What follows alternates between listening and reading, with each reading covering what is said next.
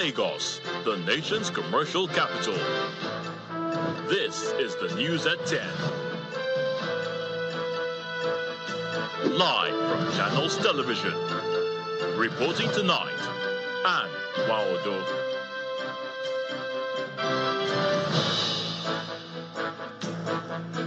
Hello and welcome. Tonight, Senate receives 4 lawmakers who defected from the People's Democratic Party to the All Progressives Congress, holds valedictory session for late former President Muhammadu Buhari.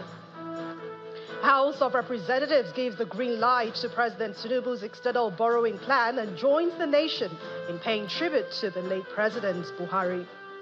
The founding fathers of the PDP gather for a historic conference calling for unity, vision, and a return to core party values. And the World Health Organization says Palestinians in Gaza are suffering from man-made mass starvation due to the ongoing aid blockade there. On business news tonight, President Tinubu meets with World Bank delegation. He states his commitments to building infrastructure that will spur economic growth in Nigeria. On sports, Spanish champions Barcelona have signed Manchester United striker Marcus Rashford on a loan deal, including a future purchase option. And from the nation's capital, the Federal Capital Territory Administration signs an MOU with MAG Group to develop Abuja City Walk.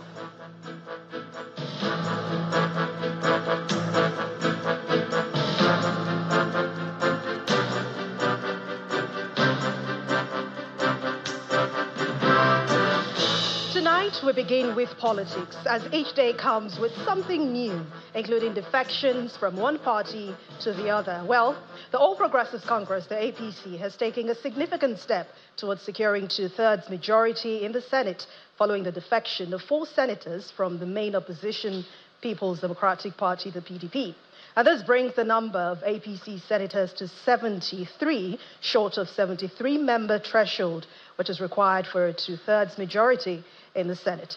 The defectors include Senator Ekong Samson, representing Akwa Ibom South, Senator Etim Bassi, representing Akwa Ibom Northeast, Senator Francis Fedausi, representing Osun East, and Senator Lubi Fadeyi, representing the Central Region. Well, our National Assembly correspondent, Gloria Umezuke, reports. There is calm in the National Assembly as lawmakers reconvene on the second day of plenary. Calm, however, gives way to growing anticipation in the chamber as the President of the Senate makes an announcement declaring the defection of 4 lawmakers from the opposition PDP to the APC. We have another resignation from the People's Democratic Party. With deep hearts, I submit my resignation as a member of the People's Democratic Party, effective immediately. Receive them.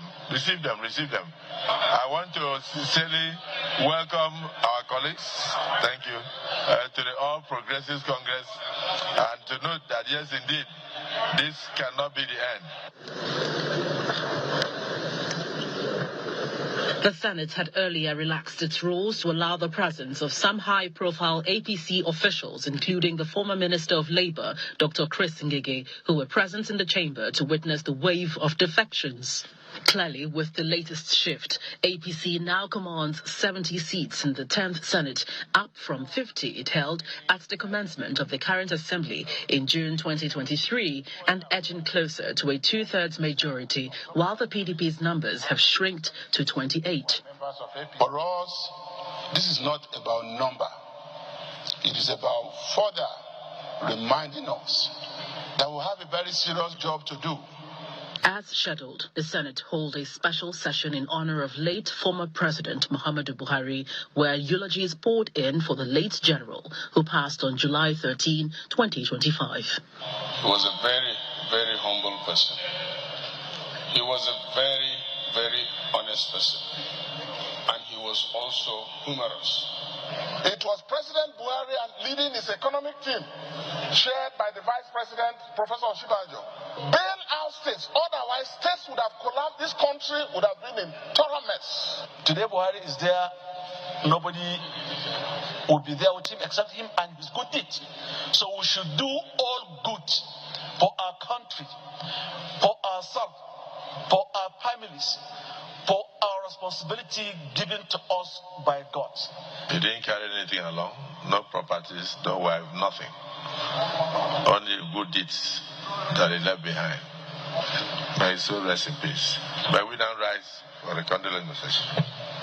A minute's silence is then observed. Meanwhile, following the consideration and submission of a harmonized report, the Senate approved a total of 105.1 billion naira as the 2025 budget of the Revenue Mobilization Allocation and Fiscal Commission. Now, separately, President Bola Tinubu has written to the Senate seeking confirmation of Professor Yusuf Mohammed Yusuf as a commissioner of the Nigeria Law Reform Commission. The Senate has now referred the nomination to the Senate Committee on Judiciary, Human Rights and Legal Matters for further legislative action. From the National Assembly, Gloria Umezuke, Channels Television News. Over now to the Green Chamber, where the House of Representatives has approved President Bola Tinubu's 2025 to 2026 external borrowing plan. The borrowing package includes $21.89 billion, 2.19 billion euros, and 15 billion Japanese yen. According to the documents passed by the House, the borrowing plan does not equate to actual new borrowing for the 2025 fiscal year, as it has already been captured in the medium-term expenditure framework covering both the federal and sub-national governments. Meanwhile, the House of Representatives also held a valedictory session for the late former President Muhammadu Buhari, with lawmakers describing him as a man of integrity. Our National Assembly correspondent Terry Ikumi reports.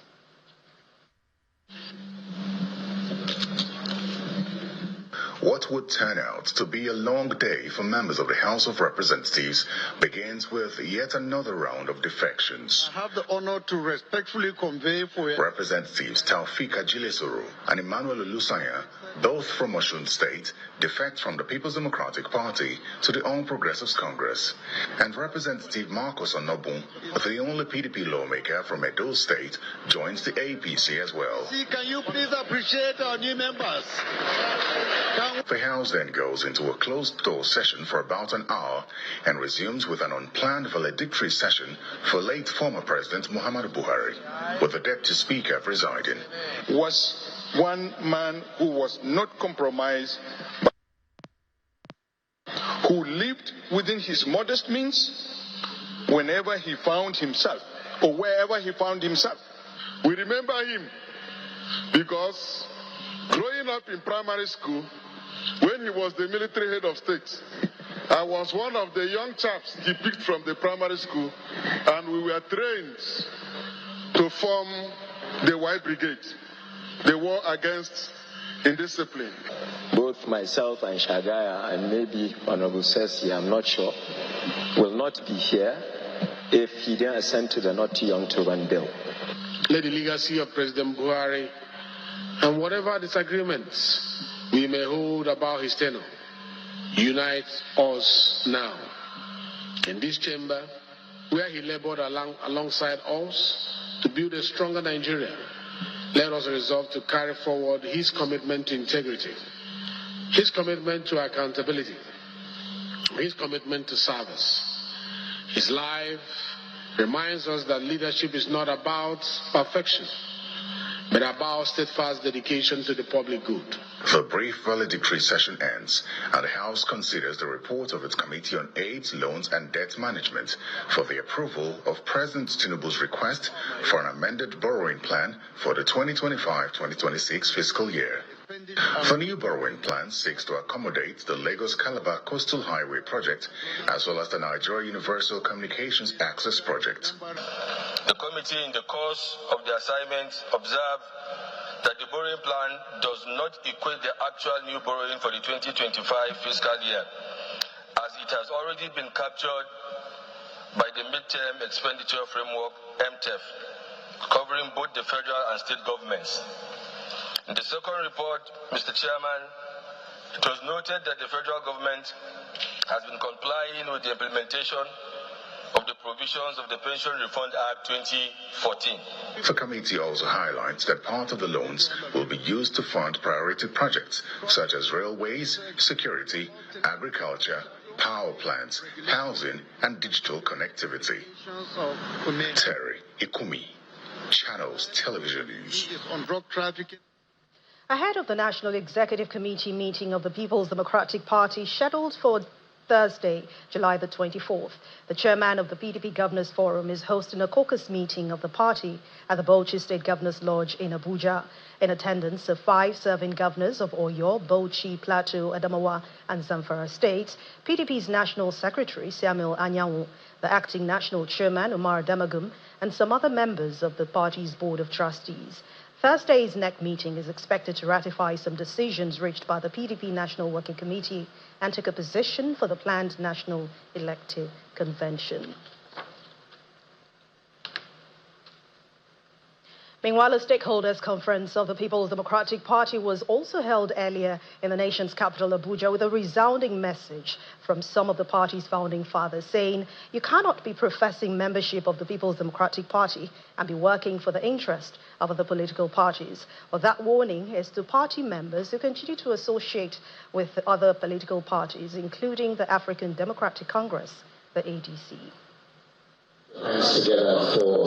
This conference of the founding fathers of the People's Democratic Party is one of the meetings that will precede the party's National Executive Committee meeting. Professor Jerry Ghana, CEO. The meeting is coming amidst the leadership challenges confronting the party, and the convener, Professor Jerry Ghana, sets the tone for the conversations. We appeal to all our leaders as you meet tomorrow at the National Executive Committee, please agree to convene the National Convention of our great party so that this party can select and elect the best set of party officers for the next 4 years. The forum also presented a platform to send a strong message to the members who have recently defected from the party, as well as those who are yet to do so but continue to associate with other political parties. We cannot take indiscipline to a level where it becomes contagious. If you are in PDP, you are in PDP. You cannot be in PDP and be in the coalition with another party. We cannot take this. Coalition is an aberration. Yes, I said it. You cannot belong to two places. You cannot be an Aphrodite. You cannot be a man and a woman at the same time. If you don't look at your little history, you will be repeating the same problem. And I heard both the chairman and the chairman of Governors Forum have been very diplomatic and say, come back, come back. No, you don't invite nomadic politicians back to your place. In his remarks, former Senate President Dr. Bukola Saraki appeals to members to shelve their differences and join hands to rebuild the party. I stand here as somebody who left this party with anger. Anger does not provide purpose to leadership. Yes, we will have differences. We've been having differences. But we must agree that whatever it takes, we must sit down, lock ourselves up, and find a solution.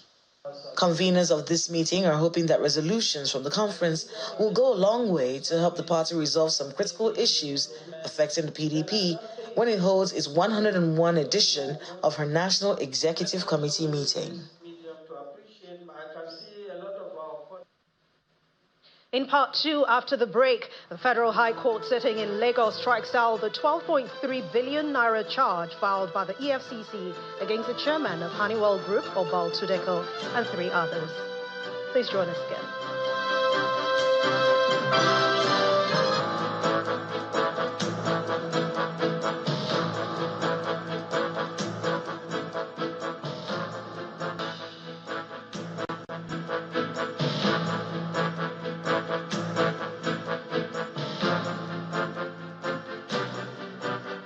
Welcome back. If you've just joined us, you're watching the news at 10 on Channels Television, broadcasting live from Lagos. A reminder of our main stories. Senate receives 4 lawmakers who defected from the PDP to the APC, holds valedictory session for late former President Muhammadu Buhari. The House of Representatives gives the green light to President Tinubu's external borrowing plan, joins the nation in paying tribute to the late president. The founding members of the PDP close ranks to unite the party as APC governors resolve to work for the overall interest of Nigerians. And the World Health Organization says Palestinians in Gaza are suffering from man-made mass starvation due to the ongoing aid blockade.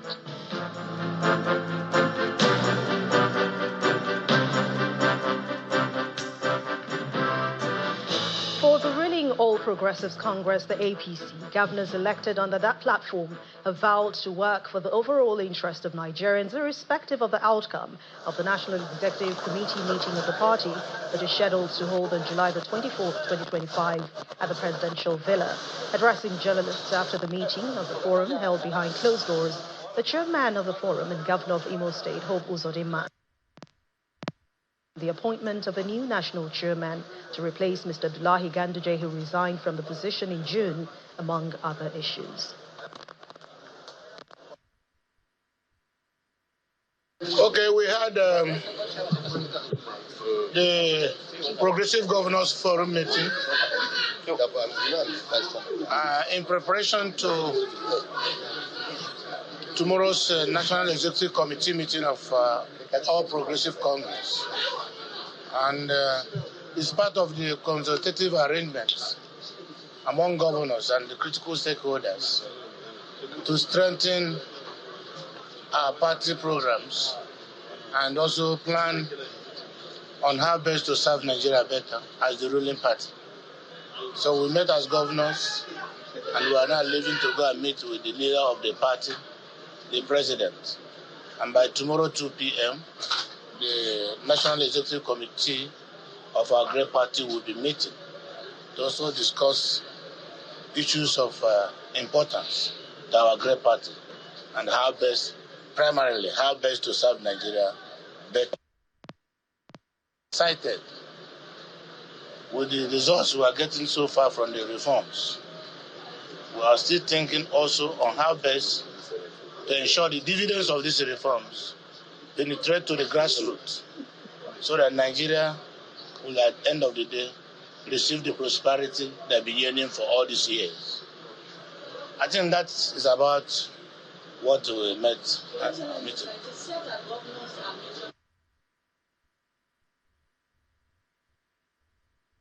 Well, after that closed-door meeting, the Progressive governors indeed met with President Bola Tinubu. The meeting, which was led by the chairman of the forum, Governor Hope Uzodinma, took place in the State House, and it's coming hours before the National Executive Council meeting of the All Progressives Congress. Well, speaking after that meeting, the chairman of the forum said discussions focused on how to strengthen the party and the upcoming NEC meeting, among other issues.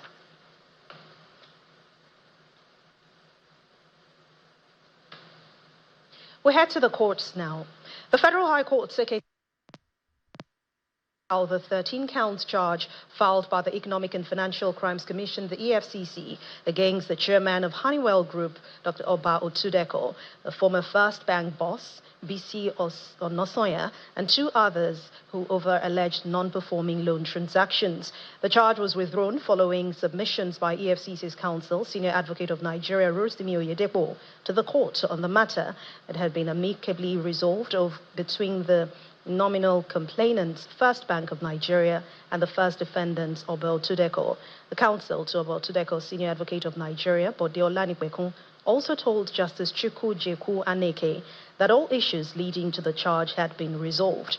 The EFCC counsel confirmed that the resolution between the parties had been formally communicated to the Attorney General of the Federation, and he referred to several correspondences between the parties and the AGF documenting the terms, stating that the first defendant had fully repaid the funds at the heart of the matter.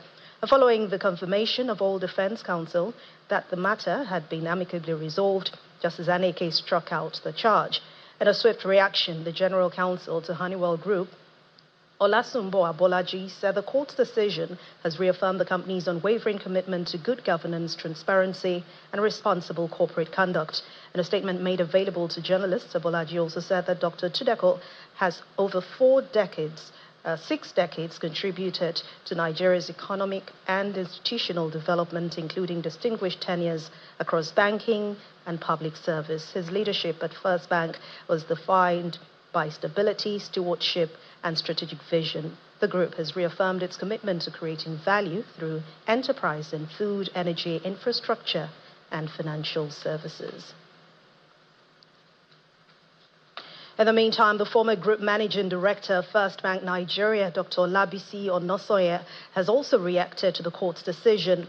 This as he is now vindicated after the Federal High Court of Lagos struck out the controversial loan-related case involving his name.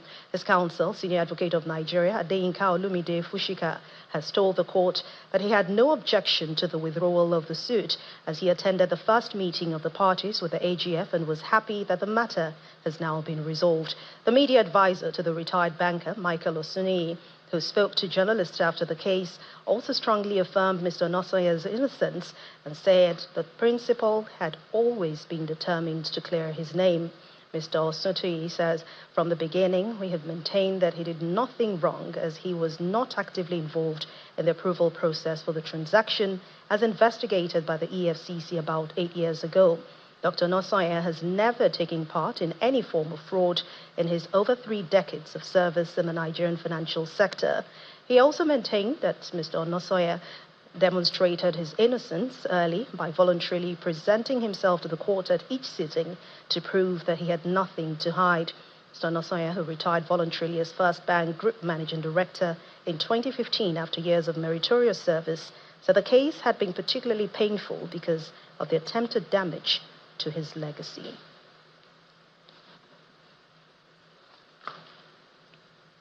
Let's continue the news at 10 now as we head over to Abuja studios where Terry Ikumi is standing by to bring us more. Hello, Terry. Well, hi, Anne. Many thanks. The Federal Capital Territory Administration has forged a partnership with MAG Group to develop a project tagged Abuja City Walk. Speaking during the signing ceremony of the MOU in Abuja, the Minister of the FCT, Mr. Nyesom Wike, attributed the project to part of President Bola Tinubu's vision to develop the nation's capital. He further explained that the first phase of the project will be completed by May 2026. Our correspondent Kumbia Boluade reports. Of the company, top officials of the Federal Capital Territory Administration, as well as some staff of the private company, MAG Group, are here to officially forge a partnership to develop a project tagged Abuja City Walk. For tourists. The project is to be constructed at the Abuja Technology Village, which is located along the airport road of the nation's capital. On behalf of the Federal Capital Administration, during his speech, the Minister of the Federal Capital Territory, Mr. Nyesom Wike, sheds more light on the expected result of the project. We were approached that they will want to partner with us for the development in Abuja and trying to build the Abuja City Walk the way we have it in Dubai, which is Dubai City Walk. But we have to sign an agreement that if you don't comply within so and so time, then we have the right to revoke. Because we are not going to just give you a CFO to say we are giving you land. The Executive Director, MAG Group, who is the team lead, assures of a timely completion of the project and highlights some of the benefits. We consider the Abuja City Walk to be a major flagship for us as a group because we are in excess of about 35 different countries around the world, and we make sure that wherever we do, we follow your footsteps in terms of your emphasis on establishing quality. The aim, as you rightly said, is to create jobs. With the speeches done, both parties put pen to paper to officially forge a partnership as documents are exchanged.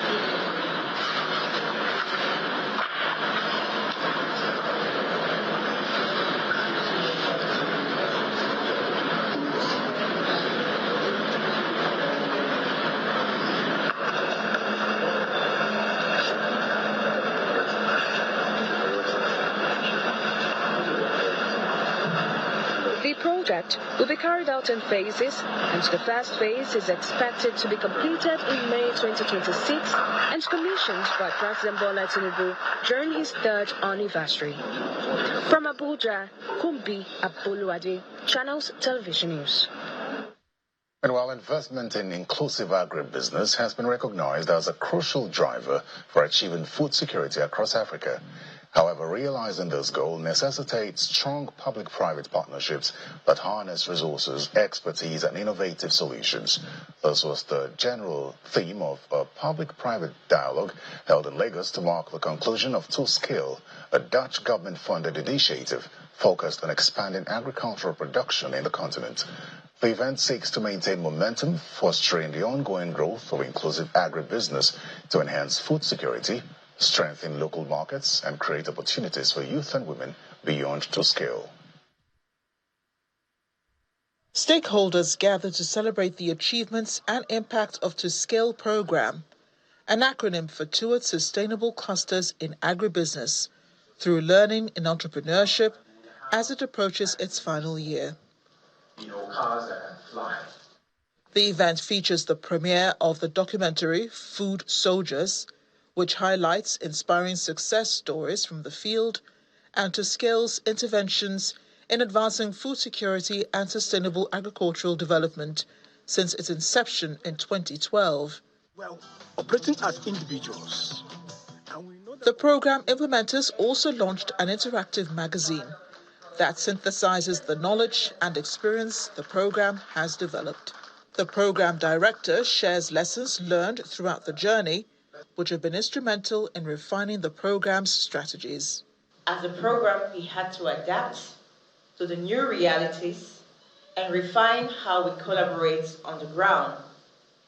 These experiences underscore the importance of resilience and innovation in promoting food security. In Nigeria, the program's influence is evident through its efforts to connect over 200,000 farmers to supply chains and foster broader market linkages. In terms of financial inclusion services to smallholder farmers from the strategic financial service providers we work with, we've been able to leverage about 20 million euros to these financial actors, including lead firms, SMEs, farmer cooperative, and micro and small enterprises. The event also facilitates a dialogue focused on building resilience within inclusive business models to promote sustainable food systems in sub-Saharan Africa. If you're able to access a facility through us, it won't be through that cumbersome system. It will be through an online, very simplified process. As long as you qualify, we will give you facility. Despite the conclusion of the To Scale program, the Dutch government reaffirms its commitment to leveraging the program's successful outcomes as a foundation for future agricultural development projects in Africa. And we are looking at doing more. It's not about money, basically. It's about knowledge and raising the level of professionalism in agriculture. To Scale is funded by the Netherlands Directorate General for International Cooperation and implemented in Burkina Faso, Côte d'Ivoire, Ethiopia, Ghana, Kenya, Mali, Niger, and Nigeria. We're still ahead on the news at 10. President Tinubu meets with World Bank delegation, restates his commitments to build an infrastructure that will spur economic growth in Nigeria. That's on Business News. To stay with us.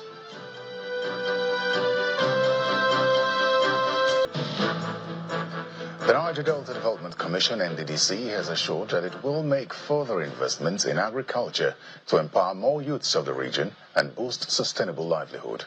NDDC Managing Director Samuel Obuku gave the assurance in Port Harcourt at the orientation exercise for the second batch of beneficiaries of the Livelihood Improvement Family Enterprises Niger Delta Life ND project.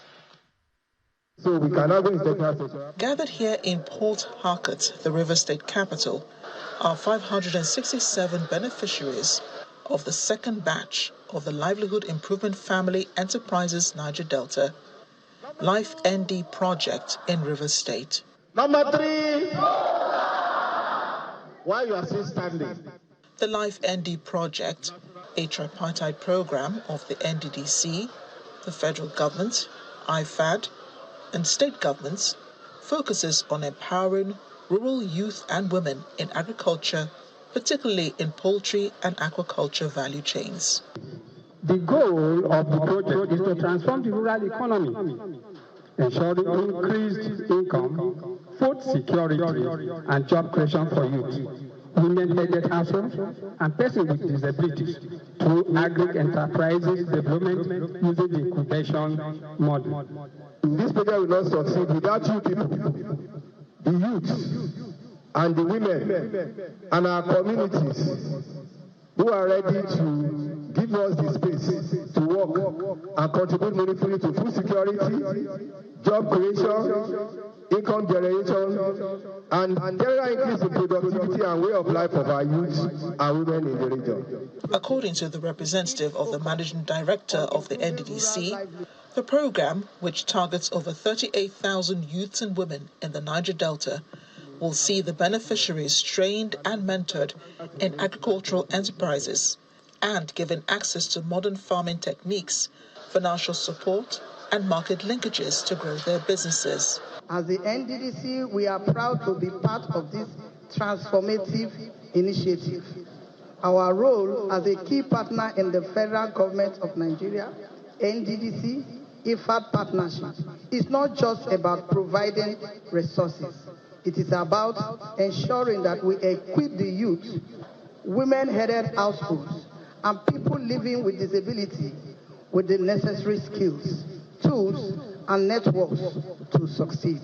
A representative of the River State Ministry of Agriculture, who declared the exercise open, is optimistic that just like the first batch, these beneficiaries will be empowered to commence their various agribusinesses. Every one of us here seated here, that we have a passion for agricultural enterprise.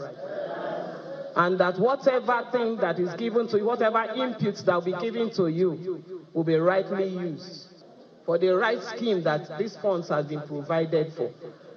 We don't want to deal with portfolio farmers. We want to deal with real farmers. If you watch, our people are now out from the creek. They are learning these skills so that it will help them in future. This program has exposed me to a lot of things. First of all, teaching me how to grow my birds because I have no knowledge about it initially. And now I am here learning a new thing to add to my life. Since the full-scale field implementation of the Life ND project began in September 2024, 66 of the 104 target communities have already been reached. The first batch engaged 350 beneficiaries of 25 incubation centers. That's 70% of the first batch of beneficiaries. They've all been empowered and commenced their individual businesses. That's it from the nation's capital. Back to Anne in Lagos for more on the news at 10. Thank you, Terry. Enugu State Governor Peter Mba has rejigged his cabinet, swearing in a new head of service, 6 new commissioners, and reassigning 3 others. While swearing in the new executive members, Governor Mba charged the appointees to work as a team towards good governance and service delivery. The newly sworn-in appointees are Dr. Godwin Animo as head of service, Engineer Benjamin Osita Oko, Commissioner for Works and Infrastructure, Professor Benedict Ekutosi Okoli, Commissioner for Human Development and Poverty Eradication, Enyinna Franklin Obonna, Commissioner for Energy and Mineral Resources, and Mr. Dr. Samuel Obu Nwobodo, Commissioner for Trade, Investment and Industry. Others are Professor George Ugu as a Commissioner for Health and Engineer Ben Collins Ndu Jr., who was designated as the Commissioner for Water Resources. Dr. Felix Namani was reassigned from the Ministry of Water Resources to the Ministry of Labor and Employment. As Commissioner, Dr. Malaki Abo was reassigned from the Ministry of Human Development and Poverty Eradication to the Ministry of Information, while the former Commissioner for Works and Infrastructure, Gerald Otsiji, is now the Commissioner for Housing. We recognize and acknowledge teamwork champions. So we do not encourage working in silos. You have to work as a team. We believe that by working as a team, we're able to accomplish our collective goals. You shouldn't see your colleagues as rivals. They should actually complement your efforts and your activities. What we have, our modest accomplishments in the state so far is not done by a single champion. We like to recognize our efforts as team efforts. So I want to once again congratulate you and, well, of course, remind you that there is no honeymoon period. I hope that you're going to get on very quickly with your onboarding process and familiarize yourselves with the goals and targets we have in your various ministries. In line with its vision to provide premium housing investment opportunities in the heart of Lekki Phase 1 in Lagos through its Smart City initiative, Metro Speed Property Development Limited has signed a major partnership contract with Geoplex Drill Tech Limited with the aim of building houses for its staff.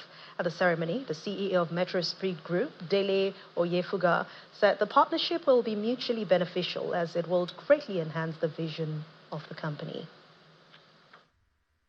As part of its dream to provide quality living experience for Nigerians through its Smart City initiative, Metro Speed Property Development Limited has signed a major partnership contract with Geoplex Drill Tech Limited, the fastest growing indigenous oilfield service provider in sub-Saharan Africa to oil and gas industries.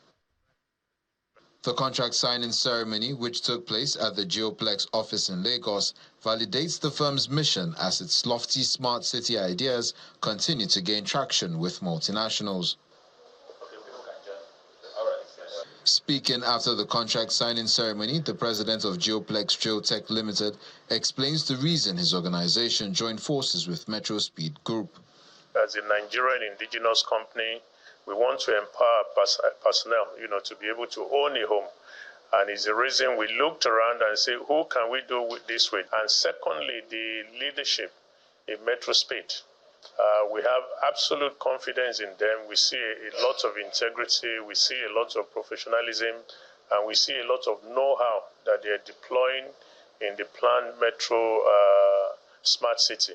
According to the Chief Executive Officer of Metro Speed, Dele Oyefuga, the partnership with Geoplex is very strategic as it will create a win-win situation for everyone involved while the partnership lasts. What this has done to us is to ensure that we have speedy delivery on our project. It's smart city. It's smarter city than what we have already in the country. So on our own part, we are assuring our partnership that we will deliver on promise, and we will also, beat their expectation. In her submission, Metro Speed Group's head of sales and marketing, Emike Ntioket, maintains that Metro Speed is not building a city, but a future with forward-thinking investors through a project that's strategically positioned to redefine urban living and investment. It's a testament to the place for Metro Smart City and the actualization of this vision. So Geoplex is one of the recent partners we've secured, and we know that this is the beginning of greater things to come between both brands. Metro Smart City is a visionary real estate development from the Eletu Odibo Land Reclamation Project, located off Freedom Way, Lekki Phase 1, designed to integrate advanced technology and sustainability. It also aims to create a vibrant and inclusive urban environment, providing 24 hours electricity, security and surveillance, lagoon jetty access, green parks and leisure space, inverter system, and lots more.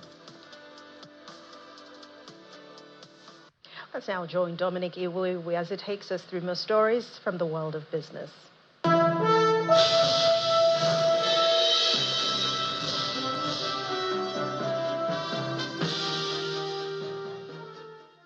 Thank you, Anne. On business news, President Bola Tinubu has restated his commitment to building future-facing infrastructure that will spur economic growth in the country. The Minister of Communications and Digital Economy, Bosun Tijani, stated this following a meeting between the President and a delegation of the World Bank led by the Managing Director and Chief Financial Officer, World Bank Group, Anshula Kant. The meeting focused on a 90,000-kilometer fiber cable project that's meant to improve the quality of connectivity in the country. The World Bank executive also commended the President on the ongoing reforms embarked upon by his administration. The Nigerian Insurance Association has reacted to a notice by the House of Representatives Committee on Capital Markets and Institutions concerning ongoing investigations into certain member companies over alleged financial infractions. In a statement, the Director General of the NIA says the insurance umbrella body has approached the courts for legal interpretation on the legislative rights of the House of Representatives to probe their business operations. While recognizing the authority of the Legislative Committee to conduct oversight functions, Mr. Odukole affirmed that its response to the investigation is being guided strictly by legal counsel. Now, the historic rally at the equities market is still continuing as investors gain more than 66 billion naira at the close of midweek trading session. Willie Bonk has details of today's activities.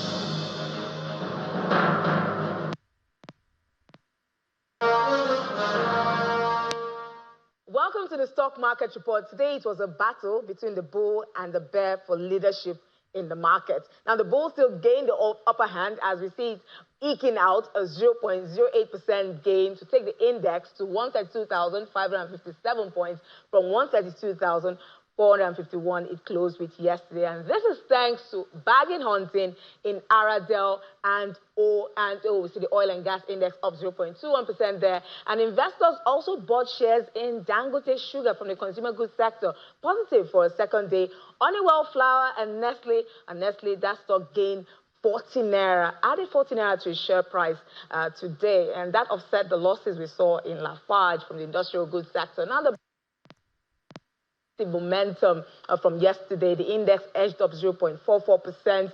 I'm sure you're curious to know how the Tier 1 banks performed. Let's take a closer look. We see Zenith Bank gained a 75 kobo today. That's 1.06%. We also see GTCO adding 20 kobo to its share price, and UBA, Festo Co, they remain unchanged from their opening prices. Access Holdings went a bit higher with a 1 naira gain to its share price, and that's why we see it up 3.64%. Markets are really performing. Post-MPC equities are still on a roll, and we'll see how they close session tomorrow. And those are the highlights for today. Will Ibon, signing out.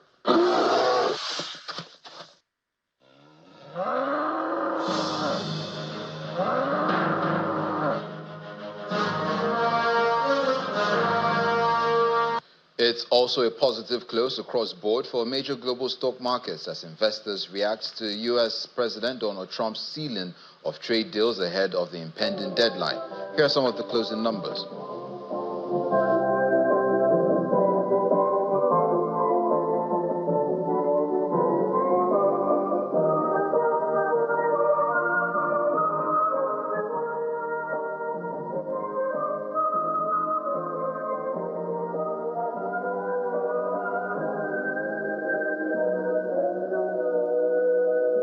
And that's it on business news. Back to Anne for the rest of the news at 10.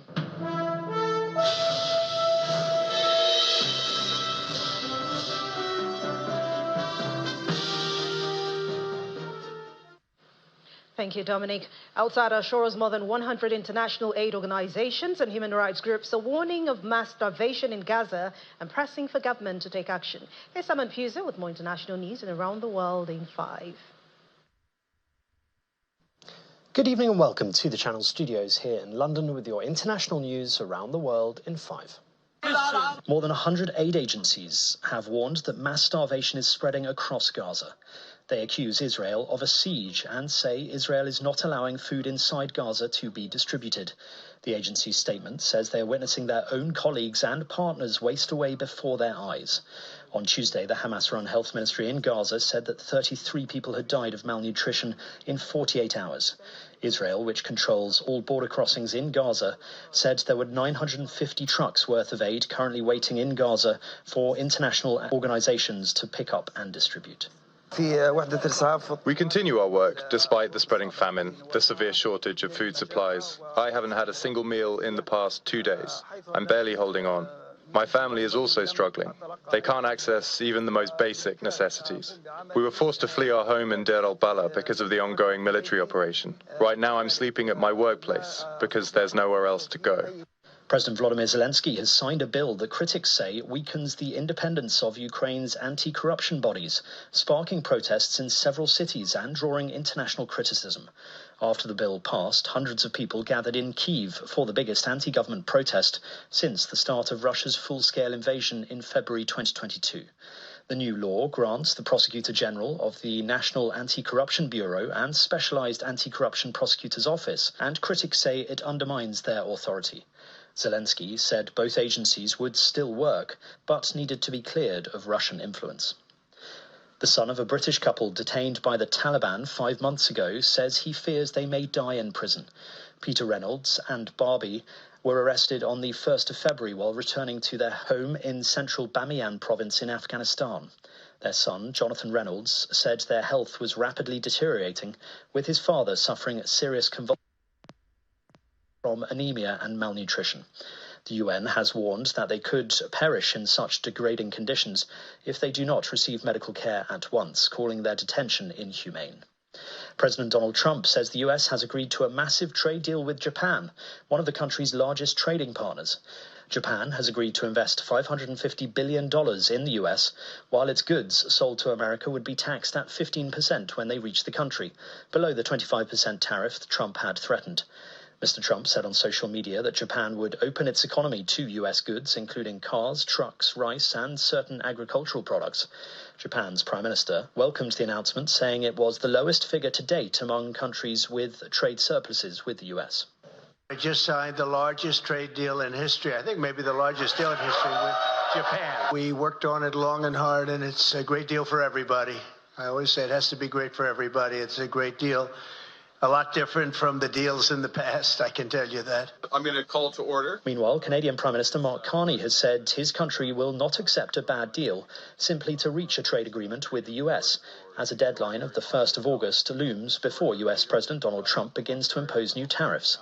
US importers buying goods from Canada will face a 35% tax if no deal is reached before the deadline. The UK government has revealed details of its plans to cut foreign aid, with support for children's education and women's health in Africa facing the biggest reductions. The government said in February it would slash foreign aid spending by 40%, from 0.5% of gross national income to 0.3%. A Foreign Office report and impact assessment show the biggest cuts this year will come in Africa, with less spent on women's health and water sanitation, with increased risks, it says, of disease and death. And fans, musicians and former bandmates have all paid tribute to Ozzy Osbourne, the frontman of the pioneering heavy metal band Black Sabbath, who has died at the age of 76. Black Sabbath have lost our brother, said the band's co-founder, Tony Iommi. Elton John posted a photo with Osbourne, Sir Rod Stewart writing, "Bye-bye, my old friend, I'll see you up there later rather than sooner." Local guys from Aston in Birmingham, who had a go and we got successful, and that's something that you can't buy. Their reality TV show, The Osbournes, broke new ground in the world of television entertainment. The music icon's death came just weeks after his band played their farewell gig in his home city of Birmingham. It turns out to be the highest grossing charity concert of all time. And that's your international news around the world in 5. Now back to the Channel studios in Lagos. Many thanks indeed, Simon, and welcome to Sports News. Super Eagles goalkeeper Maduka Okoye has been handed a 2-month ban by the Italian Football Federation following a high-profile betting scandal linked to a match against Lazio during the 2023-24 season. Okoye, who plays for Italian side Udinese, was found guilty of sporting misconduct after allegations emerged that he deliberately sought a yellow card during the league match against Lazio. However, he was cleared of sporting fraud, which could have attracted a 4-year ban. This ruling means the 24-year-old will miss 6 competitive matches in the forthcoming season. The Spanish champions Barcelona have signed Manchester United striker Marcus Rashford on loan with a future purchase option. The Barca are paying around 75% of Rashford's £325,000 a week wage while he's at the club, with the player forgoing the rest. The 27-year-old England international was out of favour under United's coach Ruben Amorim and spent the final months of last season on loan at Aston Villa. And Arsenal began their pre-season tour with a narrow 1-0 victory over Italian giants AC Milan at the National Stadium in Singapore. The match, a crucial part of their preparations for the upcoming season, saw the Gunners secure a promising start. And manager Mikel Arteta expressed his satisfaction with the result, highlighting the importance of starting the pre-season with a win. And that's sports. I'm Kelly Egiga. It's back to Anne. Thank you, Kelly. And the main news again. The Senate has received 4 lawmakers who defected from the People's Democratic Party to the All Progressives Congress. The upper legislative chamber held a valedictory session for late former President Muhammadu Buhari. The House of Representatives gives green light to President Tinubu's external borrowing plan, joins the nation in paying tribute to the late President Muhammadu Buhari. That's the news at 10 tonight. Thank you so much for watching. I'm Anne Nwawade. Good night and stay safe.